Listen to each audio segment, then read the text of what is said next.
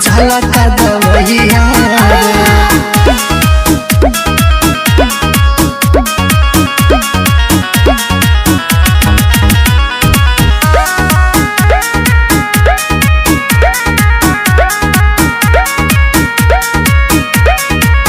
अखिलेश बेदरा दिरा हुल राज दिवाकर बुझे ना मोरे परेशानी हो साझे सवेरे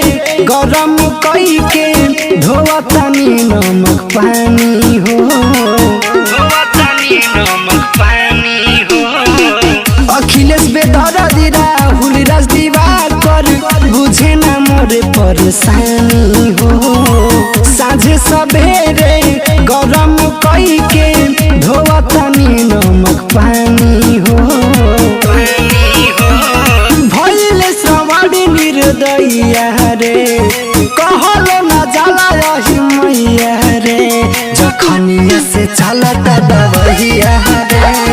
गाजीपुर से चलता दवैया रे भइल बाकी रेक करी होइया रे भइल बाकी रेक करी होइया रे जखनिया से चलता दवैया रे गाजीपुर से चलता